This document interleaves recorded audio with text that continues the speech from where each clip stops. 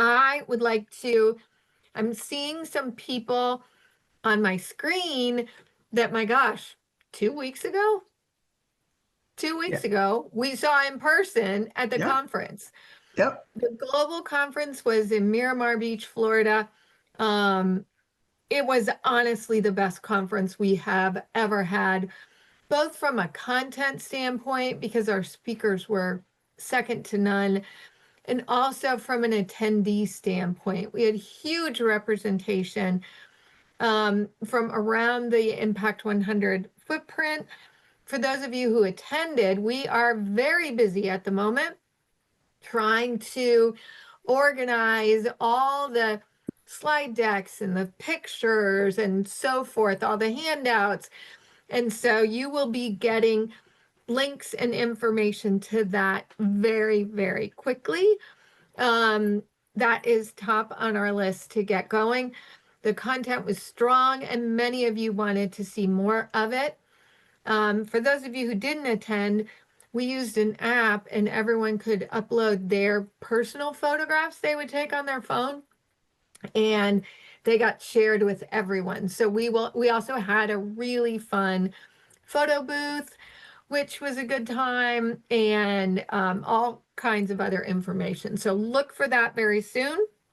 Meanwhile, the person I saw most recently is Cindy Sisloff, because she was our host. Impact 100 Southern Indiana was our host for the 2025 Global Day of Impact.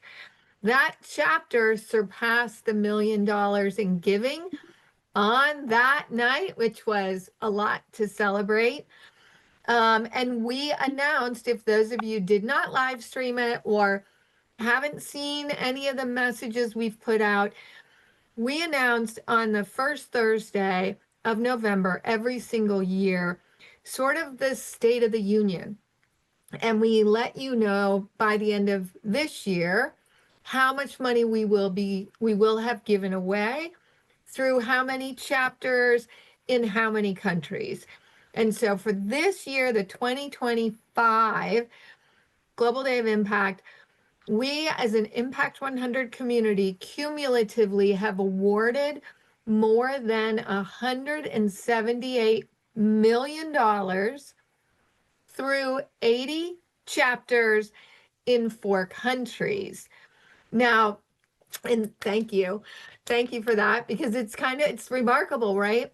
But I'll tell you what's really remarkable is that we hit 100 million on our 20th anniversary, which was 2021. That was the first Global Day of Impact, was our 20th anniversary. So we were celebrating it and we had reached 100 million.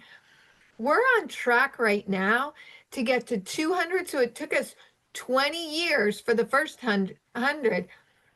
It's not beyond hope that we may hit the 200 million mark next year, which would be our 25th anniversary.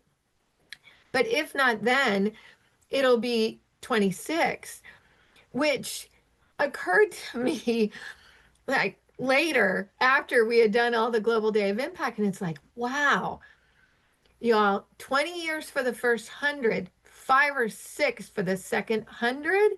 This is remarkable. If we keep growing like this, we're going to hit that $1 billion with a B. And so I'm very excited. I thank each and every one of you and every one of your members, because those numbers don't happen by accident. They happen with the hard work of your leadership team, your membership, your volunteers, your community.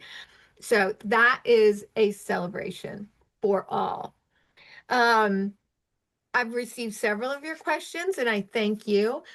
And what I will do is, as usual, I'll go through. In some cases, multiple people asked a very similar question. So sometimes your question is sort of being grouped together with some others. But I will go through, recite the questions, answer them from a global perspective, and then invite all of you to weigh in on what your chapter might be doing, or any way you might have answered it differently than, or solved this problem in another way. Um, so we had a couple questions on members. Renewal and member engagement strategies for greater retention. That right there is the $1 million question, for maybe the $100 million or $200 million question. We all know that it is much easier to keep our current members than to go out and find a bunch of new ones. But we also know that around the footprint, approximately 50% of the women who join a chapter have never given a gift of $1,000 to a single charity. So it's new to them. By definition, that means they likely don't have it budgeted every single year. And so what we find, our members come in and they might be a part of it for a year or a couple of years, and then something happens. Sometimes it's great, like a child gets married or, somebody retires or what have you. Sometimes it's, not so great, too distracted. Some other things are coming up that are going to tear them away. Regardless, we want to look and communicate with every single one of our members as if it was their money, their donation, and their membership that got you to where you are today. Because the fact is, that's a true statement. Every single one of our members gets us to these catastrophic numbers.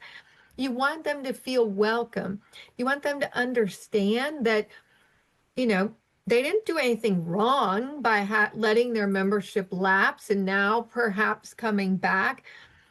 You really want to welcome them and find ways to re-engage them. When we do that, it changes everything. Now, several years ago, we did a research study, and part of that measured what does engagement look like for our members? And we interviewed a lot of them. And what we learned is that for most members, they need one or two. Technically, it came down as 1.5. So I'll round up and say they need two mission-centered experience to feel engaged. What that means is, I've never walked away from an annual awards celebration where I didn't say, that's the best thing I've ever been to, because it always is. I feel the same way about the big reveal. Frankly, I feel the same way about Meet the Finalists when you celebrate the nonprofits who've made it this far.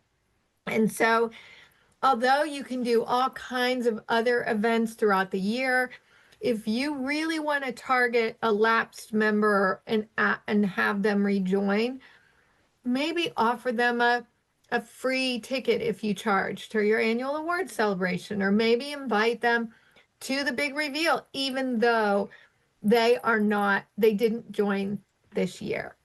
And so I think it's important for all of us to reach out, assign a buddy, whoever brought that person into your chapter in the first place.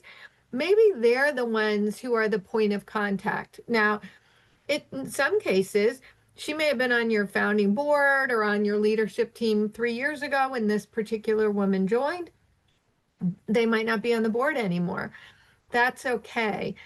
What we also hear is that past board members don't know what to do with all the time that they used to spend doing the work of Impact 100. And getting an assignment of following up with one of their friends or business associates, neighbors, acquaintances, and so forth is often very welcome. But the idea is we want to make sure that we have a connecting point and that no one should feel guilt, shame, or like they've done anything wrong when they have to take a gap year or several gap years. Does anybody have any better ideas or different ideas that you use to re-engage and retain your members? Okay. Oh, good. Allison, yeah, there you Hi, I'm go. with Impact 100 Sonoma, and we're finding that one of our focuses is to try and recruit younger members, as I'm sure we are all are finding that we're all having that same epiphany. Um, but one of our realizations is that the social aspect is incredibly important. And we've always, we're not a social organization, but we're finding that we need to lean into the social aspect of what we do. And I don't know if that's because the younger generations, and when we say younger, we're talking 30 to 60, ideally sort of 40 to 60 probably is the most relevant for us because they have time and they do have a little bit more money. But yeah, it's just been sort of a surprise how important the social piece of it is. Very good. And I think that's fairly common. Sometimes people do want to connect with friends, and that's where making sure that when someone walks into a meeting, they never feel alone. And someone is always greeting them, introducing them, and connecting them. Um, Mhm. Janine, did I see your hand up? And Janet. No, not me. Okay. Yes, me. Go right ahead. So what we have found, the social aspect is very important.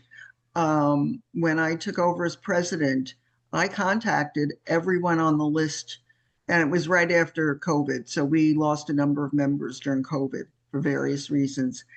And I contacted everyone on the list who had not renewed.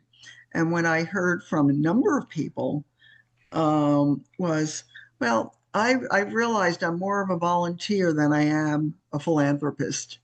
And so, two things we started once COVID was kind of in the past, sometime in late 21, we started socials again.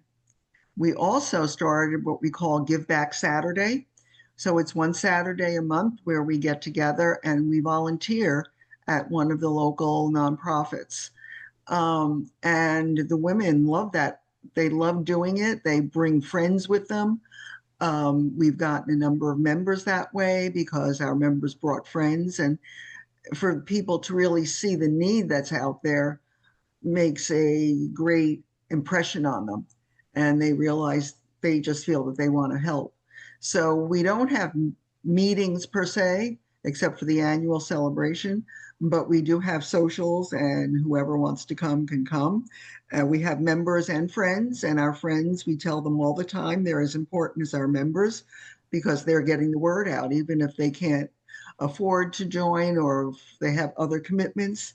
They're getting the word out to their friends, and we've gotten a number. I have one friend who has brought in 4 members, even though she's not a member. So it's yeah, social is very important.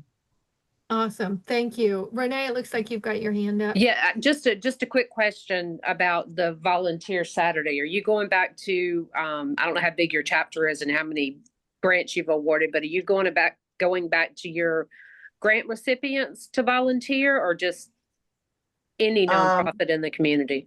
Any nonprofit in the community. We just got back to 100 members. It's been a slow crawl. We had 101 members this past year, so we gave out a $100,000 grant, and then the 2 finalists got $2,500 each. But we have worked with a couple of grant recipients, but we also have worked with other nonprofits in the community. And we have 5 now, I think, that we cycle through. In the beginning, we put this out and we were getting calls from all different nonprofits, but after about 6 months, that kind of petered out, and we have a set schedule now. We do the food bank, we do the Up Center, which is United Against Poverty. They have a grocery store for their clients. We work with Mustard Seed, which is another. They have clothes and furniture that they sell or give to their clients. We have Heathcote Botanical Gardens, which we just added, and Graceway Village, where they have a and this is where we usually work. They have a boutique for children and teens clothing, and they're very fussy about the clothing. They have to be in good shape. We go there and there are bags and bags of clothing, and we just sort through it, and only the good ones. And it's set up like a boutique on hangers and stuff, so the kids come in and they feel like they're really shopping. Nice, Thank you. thank you. Okay, yep. Did you have a question? Okay. So another question that I got is, how are you developing a pipeline of new, younger, and more diverse leaders? Now, I will tell you that whenever we want to shift our demographic in any direction, younger into a different zip code or a different community, different ethnicity, whatever it is, everything rises and falls on leadership. The first thing you need to do is find a person or several people that are the demographic that you're trying to attract, and find those women in those groups that can be on your board. They have leadership skills. You've heard me say this a million times. No one is on your board in name only. No one is allowed to just be there because their last name is Rockefeller, or, they're somebody in the community that, gosh, the name alone would give us credibility. Same thing if you're expanding into other areas. You can't just put them on the board for the optics of a photograph. What you really need to do is give them leadership roles and have a very clear conversation that you recognize that over the years, or if you're just launching, that you know that you want your leadership team to better reflect the community, and that, would she be interested in filling this sort of a role based on what her skills and what she brings to the table? And will you be visible to your community? Because we need more 30 somethings, or we need more people from this part of town, or we need more, of this ethnicity or sexual orientation, or whatever the diversity might be. I think that becomes critical, because saying that you want to diversify your members and having a homogenous leadership team, it's a disconnect and it feels inauthentic. And so when you're really serious about increasing the diversity of your membership, look at your leadership team first. It's also a good idea to look at your leadership team in terms of succession planning. So let's say you've got 3-year terms and you can renew once. And, you're always asking, as a board or as the board leader or vice chair, you're going to be asking, is everyone going to fulfill their entire commitment? Once you know when people plan to roll off, if they have a role as the chair of something, bring in someone who can serve as their vice chair. In other words, the woman who's going to exit can be training and working alongside the new woman who hopefully expands the demographic in the ways that you want. So there might be a year or two where they work together, and then ultimately the old guard steps off and the new steps fully into the role. That will help you both as you shift your demographics and as you are building your leadership team for that time when a lot of the people you've relied upon for a certain number of years are going to be moving off to do other things. And I think that makes a difference. It's if it is a very young group, or any kind of a group that you're trying to bring in that is specific, it might benefit to do some sort of a scholarship program where you create a cohort of young philanthropists. Nobody likes to be the only person in the room. And so perhaps having 4, 5, up to 10 women who represent a new category of lived experience for your chapter, and they come together as a cohort, and we say, we want more of you, we want more of your friends, we want more of you, and give them specific things, create programs so that they can feel engaged in the whole, but not alone in their diversity.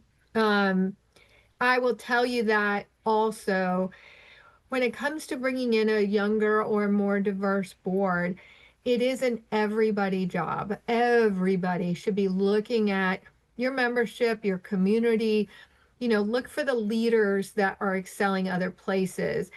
One of my favorite groups, and I'm a member, so I suppose that makes me somewhat biased, is if you're in a community that has a strong junior league, the women who are active leaders, even at the subcommittee, doesn't have to be the president, vice president, and so forth, but those leaders, they're well trained, they're used to doing, they're used to rolling up their sleeves, showing up, and a lot of what they've been measured on during their active years in the league is time. Did you go to this many meetings? Did you do this many things? Did you serve in this number of ways? All of those things are super helpful to your Impact 100 chapter. Now, most leagues right now, it used to be you had to wait to be a certain age and you had to do certain things. The math is changing a little bit and has been for the last number of years. So that very often what they call, when your responsibilities go away in the league, you go from being an active to being what they call a sustainer.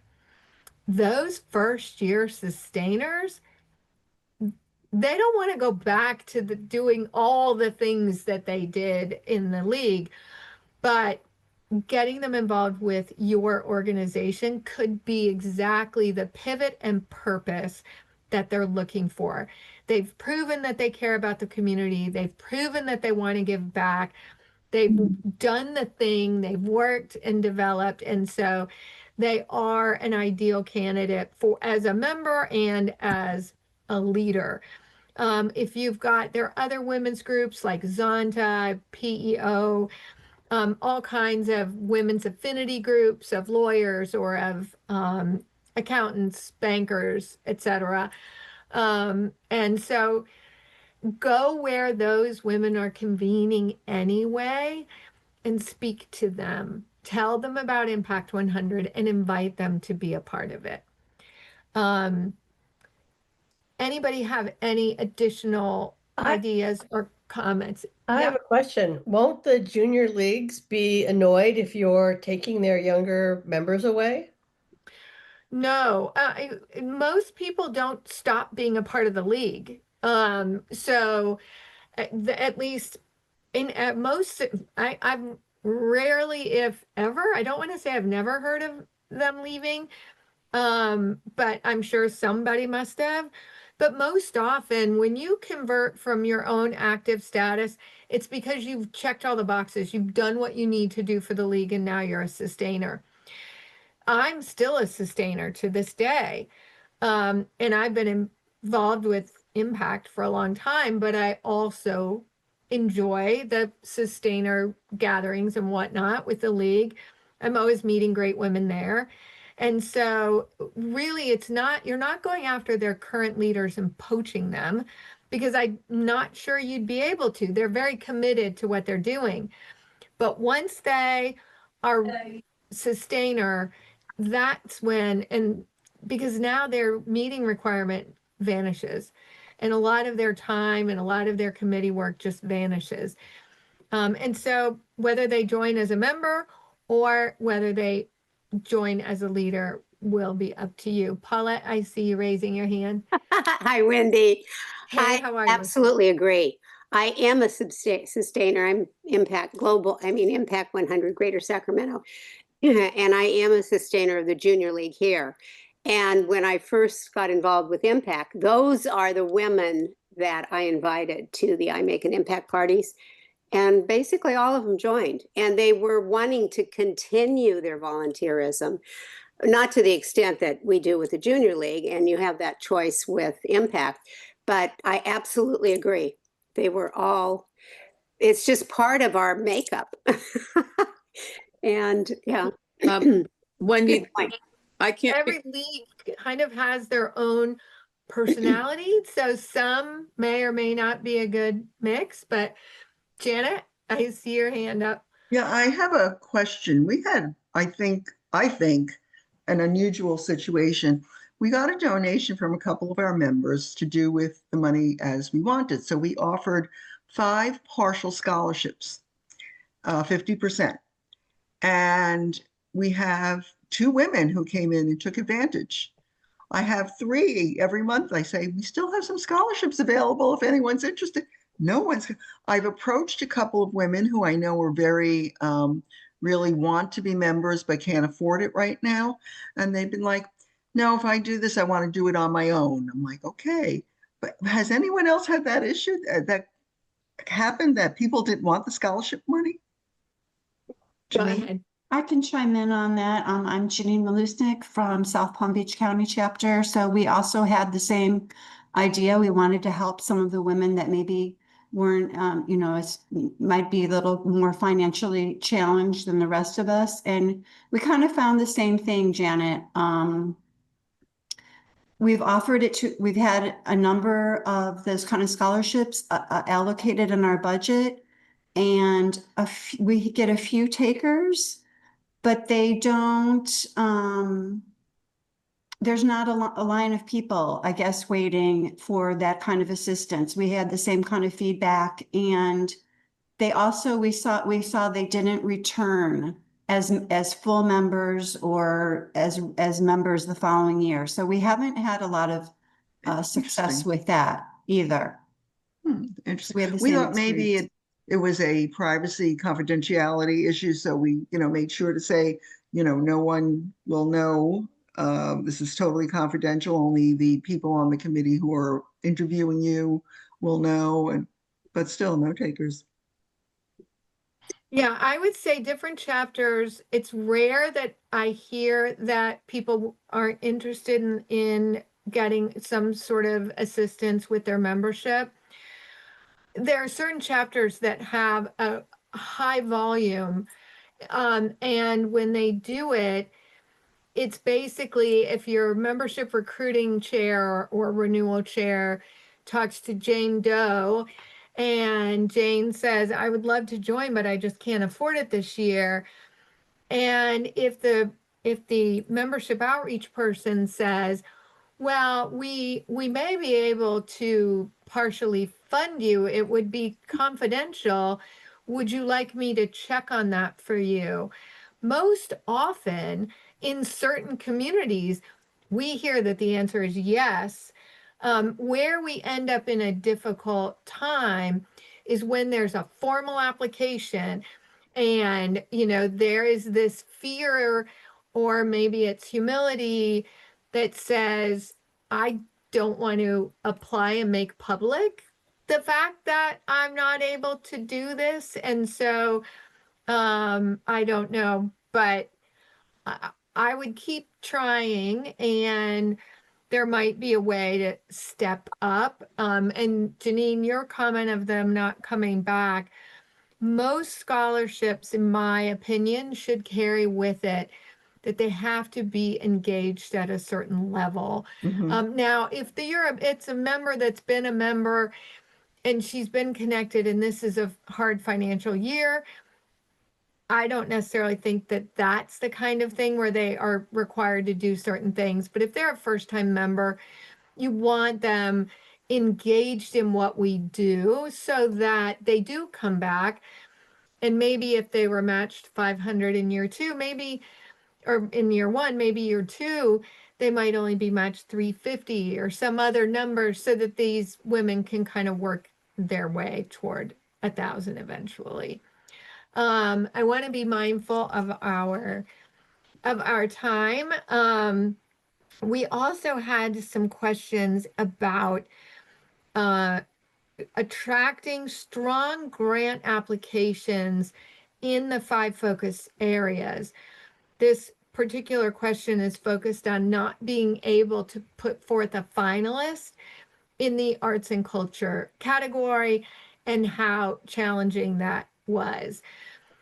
You know, when we first started Impact 100 all those years ago, we truly believed that when we tell the local community that we would have a grant, multiple grants down the road, but certainly grants of $100,000 or more, we expected nonprofits to absolutely beat a path to our door. And although that year we got quite a lot of applications, we had to go out and pursue them. Now in Cincinnati, our first year we had well over 100, and we were full application, no LOI. So like 115, I think. Different organizations completed the entire application for consideration. We did, in fact, have plenty of applications in each of our 5 focus areas so that we could vet them and we could put a finalist forward. But in some communities, and it's typically arts and culture or environment, recreation, and preservation, those are the 2 that seem to be very difficult. And so you really have to aggressively pursue. The reason we have 5 focus areas is because we know that women in your community care specifically about one of those 5 areas. And if you eliminate them, you will, by definition, eliminate these women from ever becoming a part of your chapter. That's how and why we have the focus areas to begin with. But we also say to the community, look, our members want to fund a strong arts and culture application. They want to fund a strong environment, recreation, and preservation application. But if you don't apply and you don't learn our process, we're not able to. And very often, anyone who signs up for the focus area committee, we say, tell us about the nonprofits you currently support. Help us to invite them to apply. If they know that one of their donors, big or small, is a part of Impact, and it comes from a donor or it comes from a volunteer or a supporter, you're more likely to get the application. For a lot of communities, and I wish I could tell you this is getting better, but I think it's actually getting a little bit worse. Our nonprofits are under so much strain, and they look at any new application or even just a big dollar and they think, it's a pie in the sky, I won't get it, and therefore I won't apply.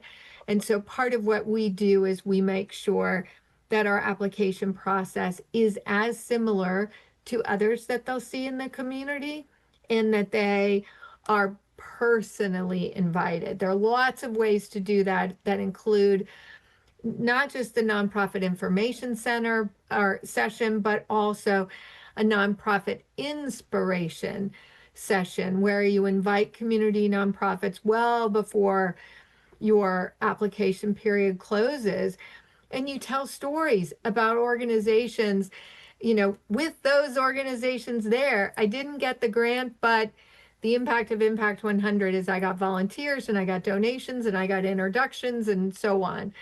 Others will say similar things in terms of what they did receive, grant, no grant.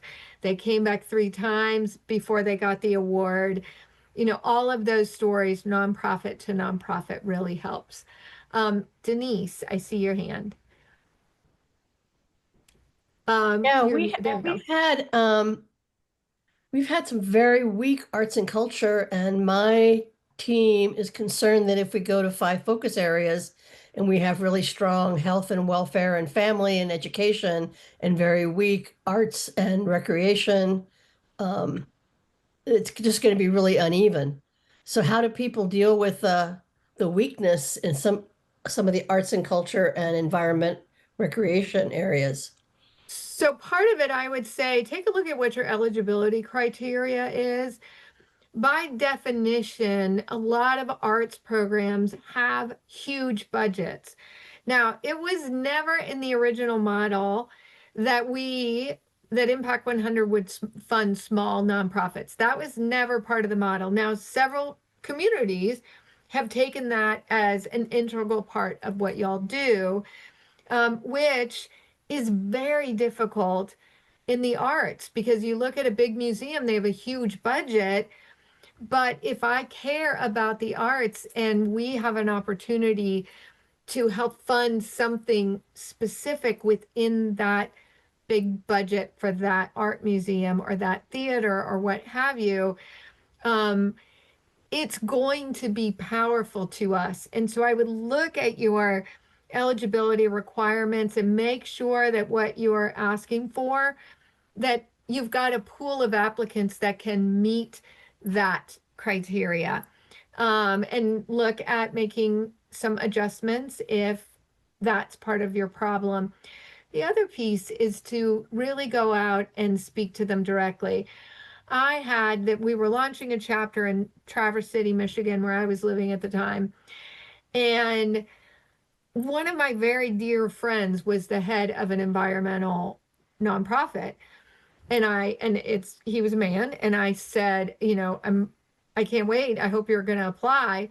And he looked at me and he said, no, we're not going to apply this year because, your members, I know that they're going to vote for something that pulls on the heartstrings, and, environment, it doesn't really pull on the heartstrings.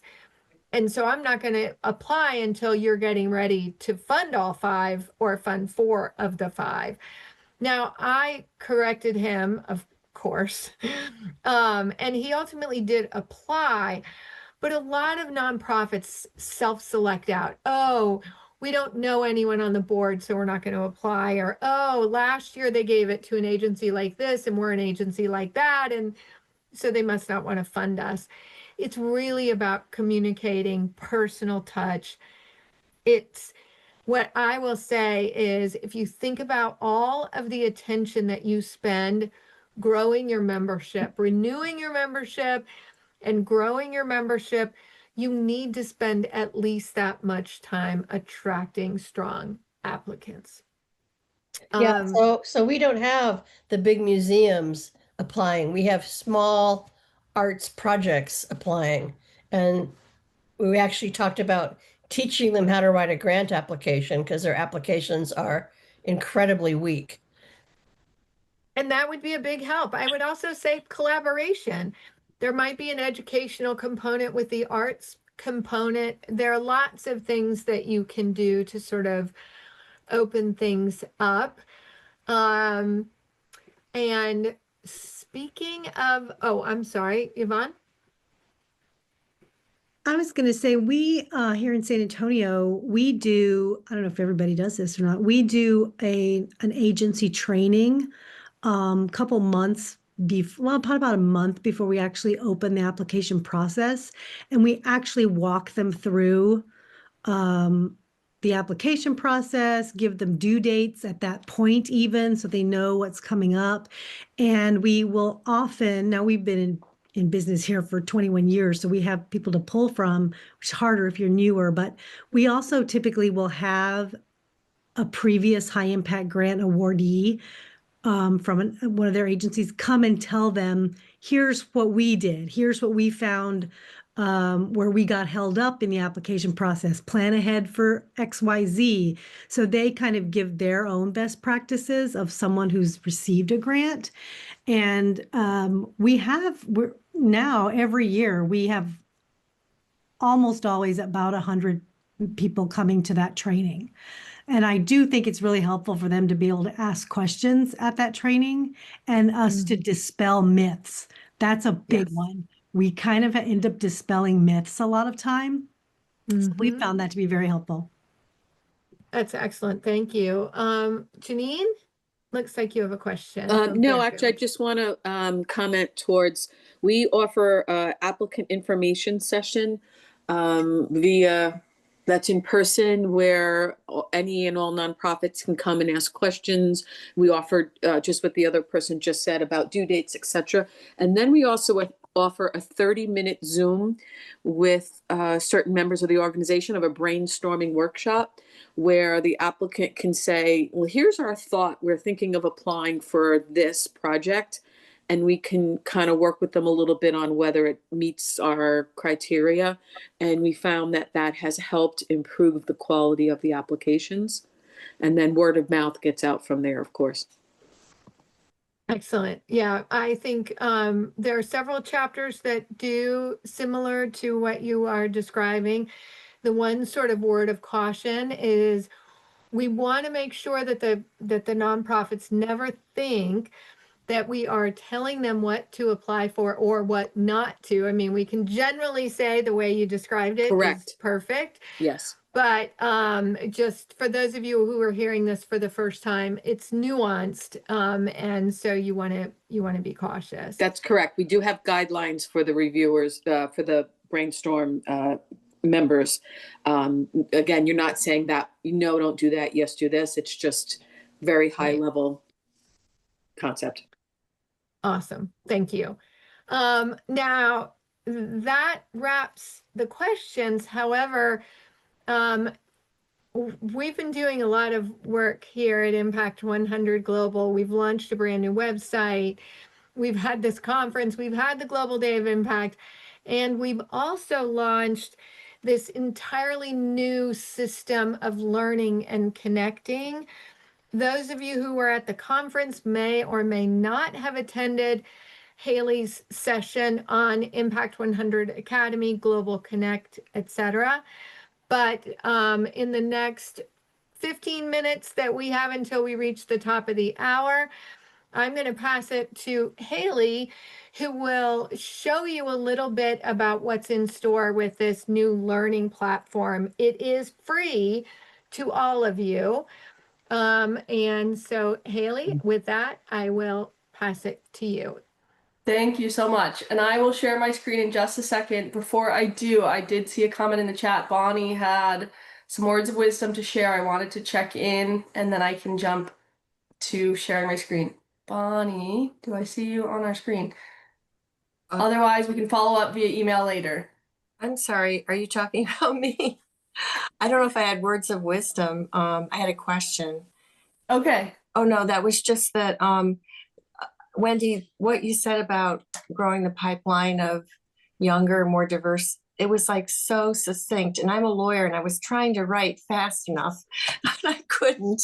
Would it be possible to get a copy of that part of the transcript? Because I'm on the board of governance, and that's something, I'm sorry, I'm the director of governance.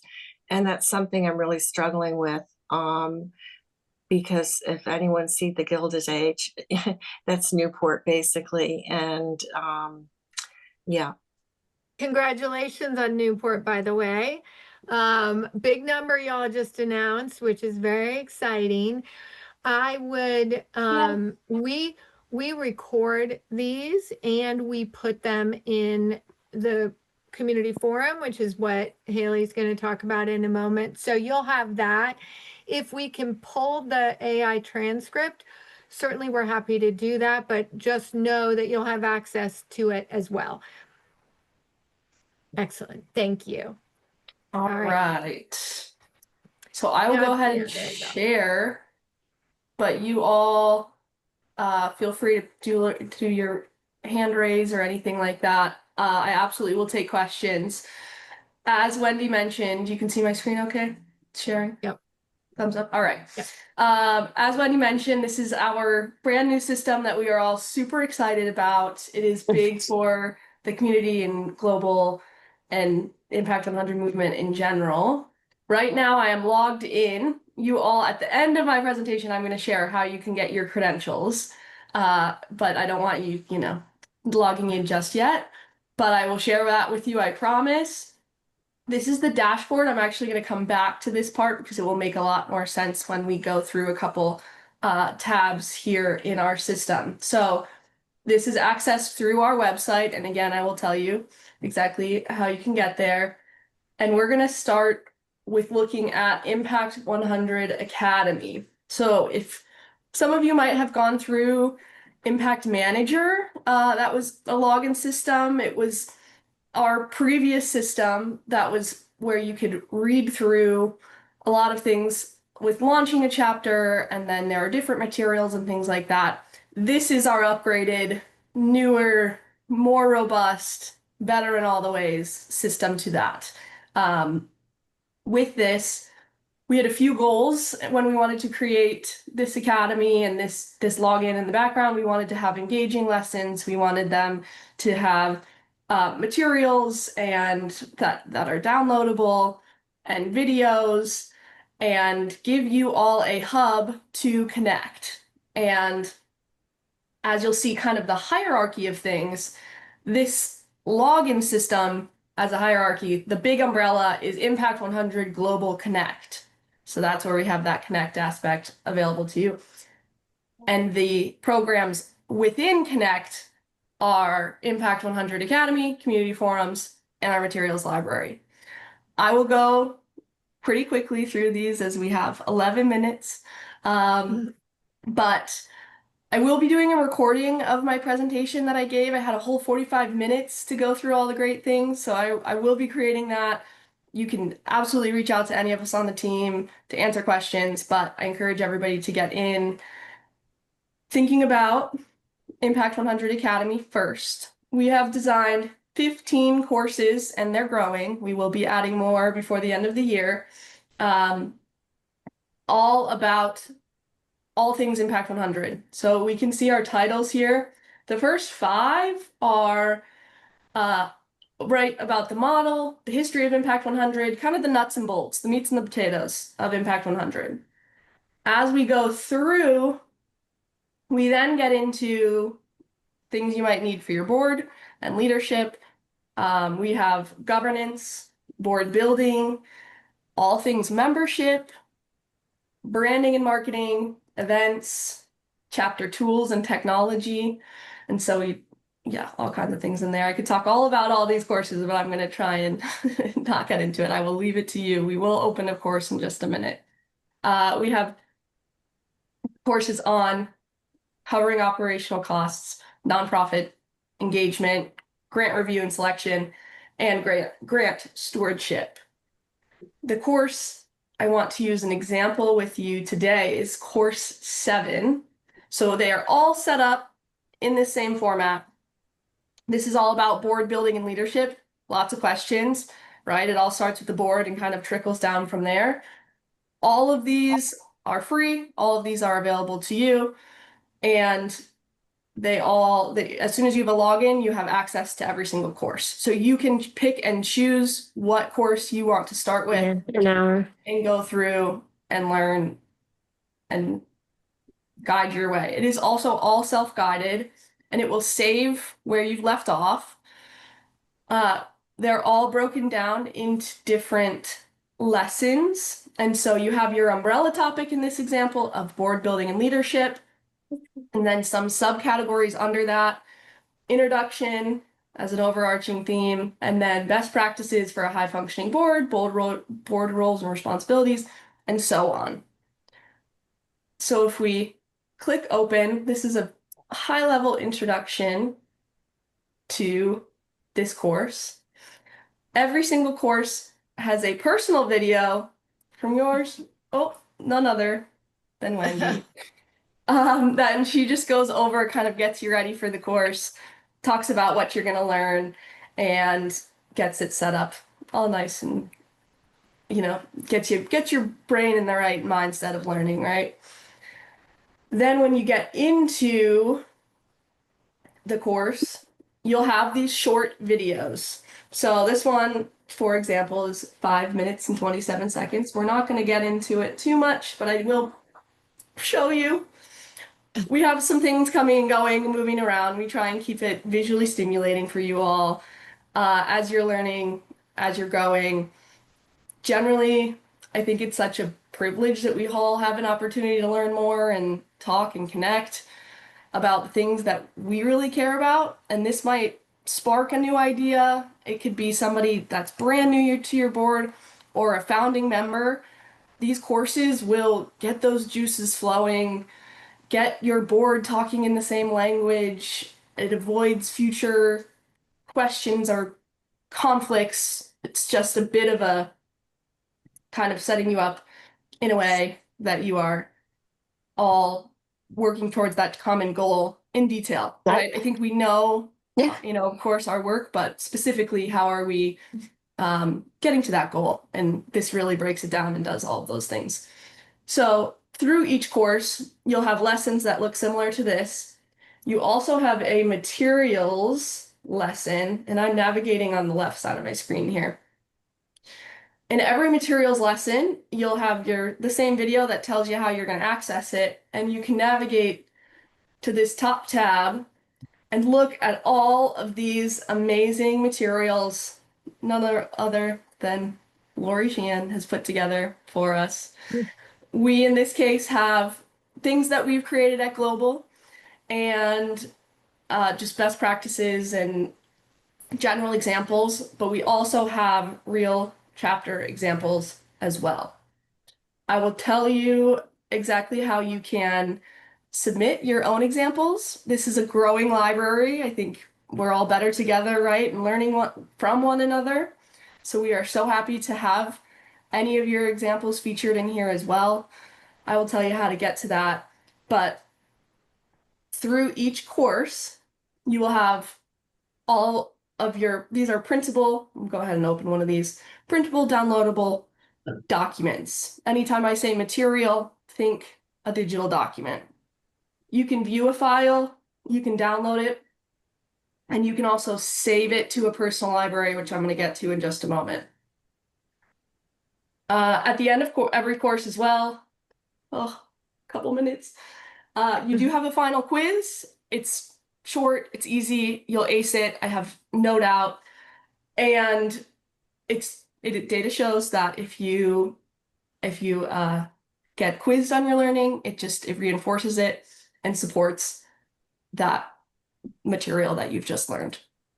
So there's a little short quiz at the end. You can take it as many times as you'd like. And when you finish taking it, you get a certificate. So do with what you like with that, but it's a nice kind of way to round out every course. So questions? Before I go on, I'm going to talk about the materials library quickly and the community forums as well. Okay. All right. Let's talk materials library. All of those documents that you just saw associated with this course, they also live within this materials library. So this is a whole hub as well, a whole document library of all of the documents associated with any course. So they all live here. However, we can search by a keyword if you're looking for a timeline, or say you've come back to this 2 weeks later and you thought, oh, I remember there was something about job descriptions. I can search job, and here we go, board role job descriptions come right up. I can also search by course. Last week on my dashboard, it says it'll list the courses you've taken. So, okay, I have taken course 7, and I know that there was something in there that I wanted to come back to.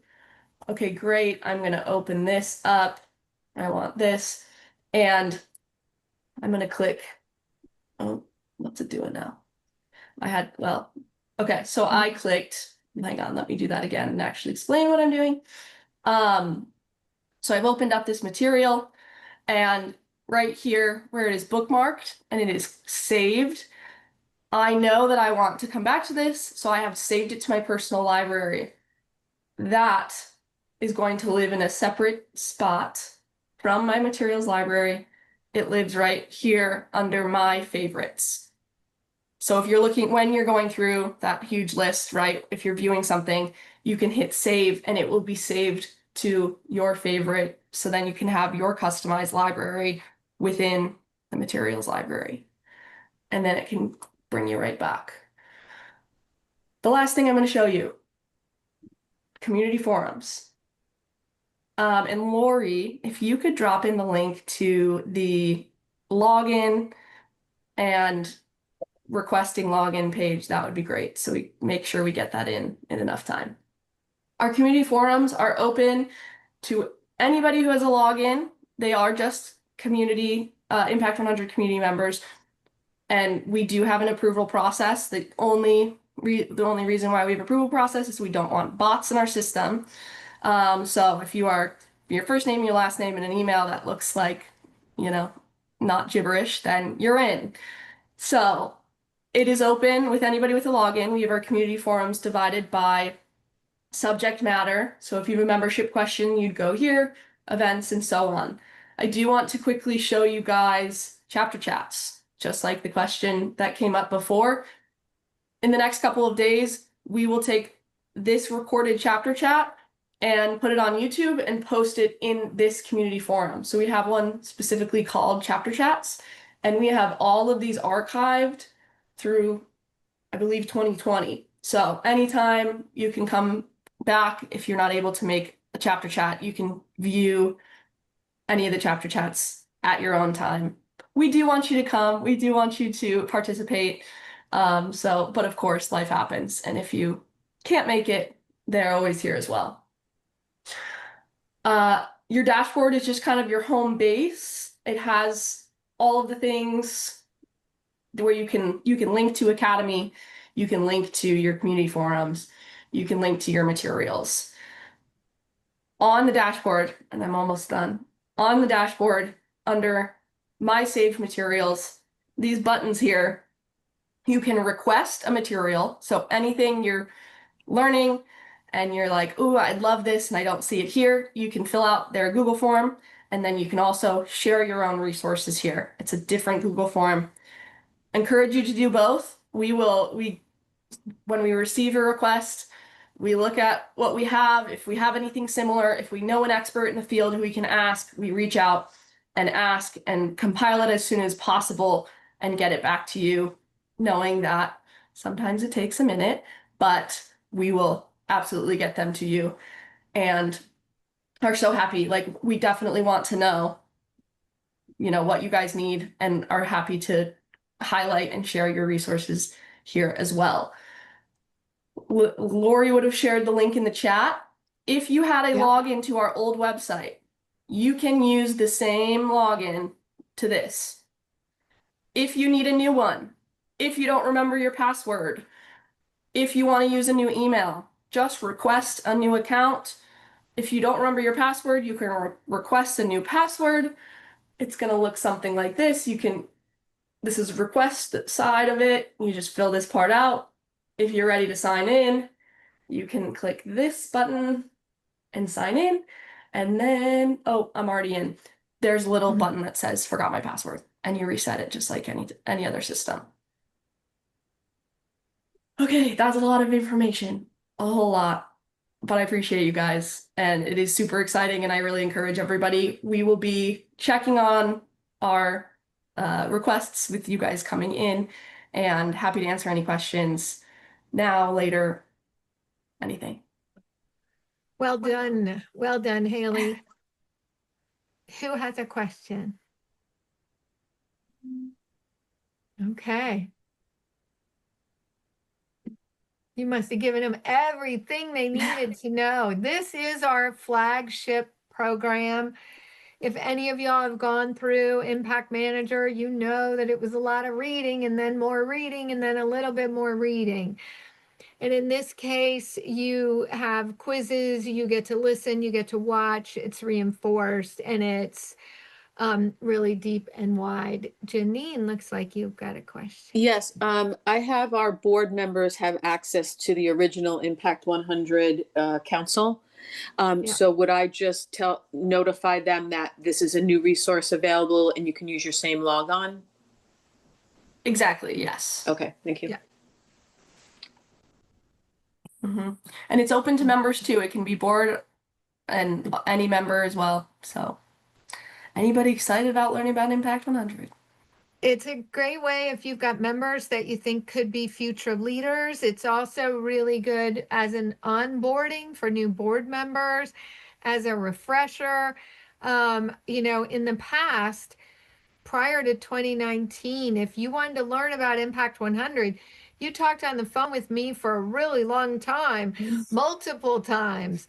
And then we thought it was a breakthrough when we had Impact Manager, and it was not ideal, but at least everything was written down. And we also knew that there were holes. And so I'm not going to tell you that this has no holes, but what I will tell you is it's built to grow. So if you're going through these courses and you wish there was another course, or, you know, as Haley said, you've got a great idea for member engagement. You've got a great idea for member recruitment. You've got a document, a run of show, a manual, job descriptions, all marketing material, all the things that you think are the secret sauce to your success. You can upload them and say, I want to share this, and it's been hugely successful. We only get samples from chapters when chapters raise their hand. Sometimes we'll come after you and say, we think you're really good at this. Will you give us some documents about it? But we really do trust that you will raise your hand and share the stuff that works. And then the entire community gets better. We are only 4 minutes past our time, which I'm very impressed by us. Any other thoughts, questions before we let you go? We will have a December chapter chat, and that is already in the book. So that exists on our website and hopefully on your calendars. But this week, we're going to be scheduling our chapter chats for the first 6 months of 2026. We're going to be doing something new, and Haley alluded to that. We're calling it Academy Live. And what Academy Live will do is we'll take a topic and we'll bring in a subject matter expert about that topic. In some cases, it might be Haley, and it will be an hour-long version of a deeper dive into how to use Academy with you can watch the videos, you can see what the assessments look like, etc. But it'll be a Zoom format like this. It'll be recorded for later, but you all will be able to participate in real time. We'll bring in outside subject matter experts on everything from marketing to grant making and to very specific of our 5 focus areas, health and wellness, you know, arts and culture, etc. If there is an Academy Live topic that you know an expert that could present, please let us know, or a topic that you wish we would cover, please let us know. You know, everything we do at Impact 100 Global is done for you. We have on this call today chapters that are launching, as well as chapters that have been around for a long time. At Global, we say we do 2 things: help new chapters launch efficiently and effectively, and help existing chapters lift to their highest potential. So everything we do is geared toward you. If you want something that you don't see, don't be shy. So I thank you for sticking with us as we've gone past our allotted time. And I look forward to seeing you all next time. But in between now and then, you're going to have Thanksgiving. So happy Thanksgiving. We are very grateful to each one of you and your chapters and all that you do to elevate Impact 100 around the world. So take good care. And with that, I will say we are finished. So happy Thanksgiving. Hope to see you soon. Bye. Same to you. Thank you.